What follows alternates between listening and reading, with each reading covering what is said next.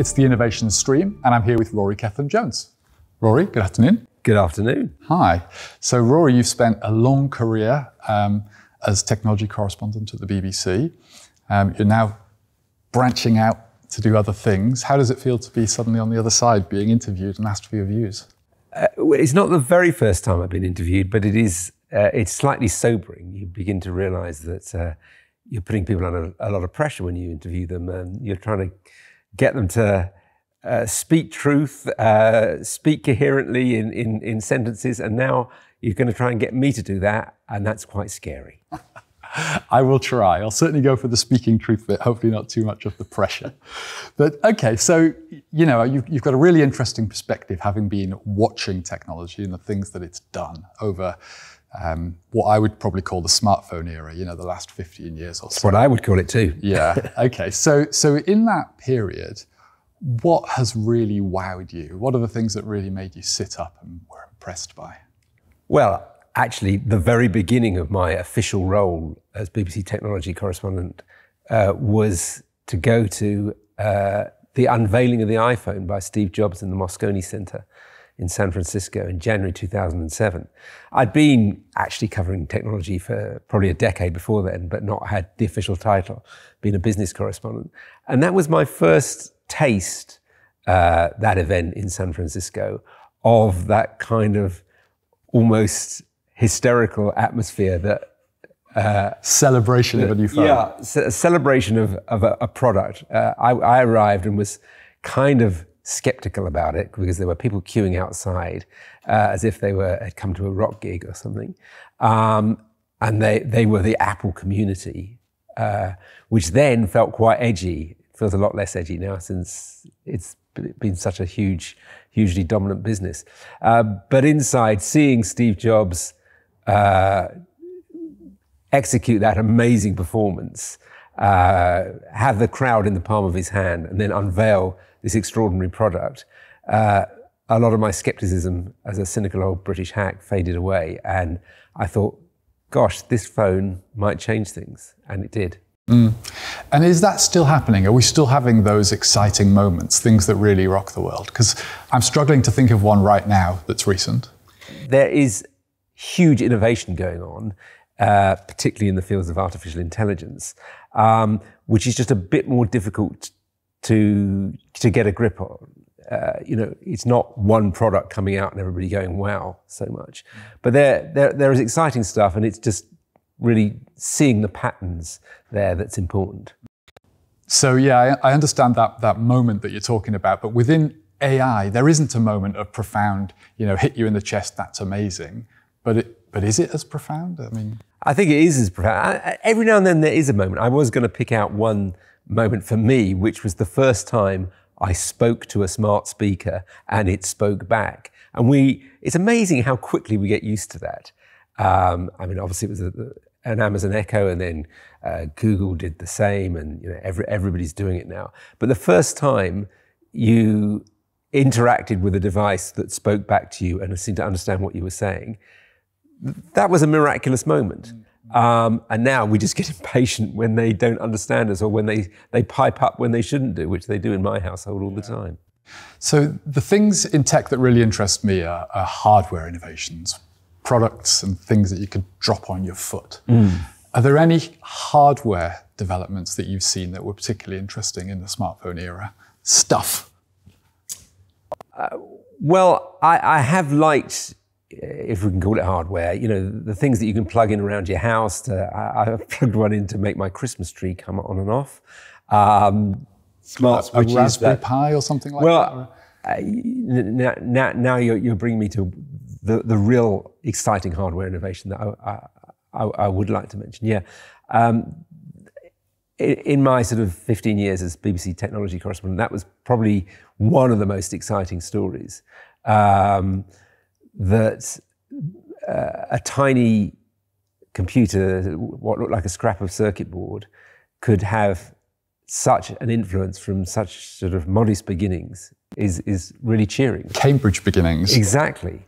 And it was in some ways my sort of Cambridge contacts that made that happen for me, because I knew David Braben, who's one of the original pioneers behind it, because I'd spoken to him about his games companies, and he came with Eben Upton to see me in my office in Television Centre years ago, carrying something that looked like a little USB stick, and said, "This is going to be really important. Will the BBC back it?" I had to explain that I had no influence over whether the BBC would back it or not, and I was pretty sure they wouldn't, but I would take a video of it on my phone and upload that video to YouTube. And slightly surprisingly, over the weekend, that video went viral, and Eben Upton later told me that was what he described as the "oh shit" moment. Right. We've got to do this now. Yeah, I'm glad you pulled out Raspberry Pi. That's one of the really interesting ones for me. What about, you know, I picture that you spent a lot of time with new stuff being presented to you, pitched to you as a journalist. Please, will you cover my innovation? What about stuff that you saw and you just thought, that's never going to play, that's doomed? Well, I'm going to tell you about one that the story is the opposite in a way, a product that I loved, but turned out to be doomed from the start because I got it wrong. And that was Google Glass. I don't know if you remember the augmented reality headset. Remember it well, yeah. So it was unveiled at this extraordinary event in San Francisco where, as far as I remember, people were actually jumping out of planes, wearing the device and then live streaming it down to the ground to this event in this auditorium in San Francisco. So I saw this and thought, wow, that's really exciting. I managed, first of all, to go to California and film it when it was launched. And I remember filming the tech blogger, Robert Scoble, enthusing about it. He was always amazingly enthusiastic about everything. And then I managed to persuade the BBC engineering department that this was something we ought to be investigating. And so they bought me one, which I wore constantly for 3 months. Everywhere I went, taking photos with it. I remember wearing it to the dentist, and the dentist peering down into my mouth, and she was quite an enthusiastic tech adopter, and I got a great picture of her leaning down over me, about to, remove a tooth or something. And what I gradually came to realise was that what my friends, family, and colleagues were saying was right. I looked an idiot, and that was the problem with the thing. It was the whole appearance of it put people off, made people uneasy, and also made people laugh at you. And that's never a good look for a product. But surely at some point that must work. The idea of going through your life with a digital overlay over the things that you're looking at. That has to fly at some point. There's certainly a lot of money going behind that idea. And if you think about the big idea at the moment, which is the Metaverse, well, it's going to need that kind of interface, isn't it? Something slightly less clunky than, a VR headset. So you mentioned the Metaverse there. What's your view on that? It's interesting, isn't it? In some ways, it's a rebranding, effectively, of something that's been around for a while. So the idea that more of us will do that and more activities will take place online isn't completely, wacky. How it develops, I'm still not sure, and how eager we will be to spend a lot of time there. That's the question that concerns me. I mean, I don't see, let's say for example, the experience of being an office worker and, working with colleagues. So you do face-to-face meetings, you do virtual meetings. That works okay now. We've got used to that. Is there a reason why I would try and push my working life into the Metaverse like Zuckerberg thinks? Somebody explained to me that, on a cold night, if I wanted to go to watch my football team play, it could happen in the Metaverse. I would be sitting, my avatar at least would be sitting in the stadium in my normal place. My friend, who I'd arranged to meet, his avatar would be sitting next to me. The game would be happening in real life on the pitch beneath us, and we would have a kind of experience, not quite the same as being in the fabulous Brentford Community Stadium, but almost as good. Right. And how about the world of medical technology?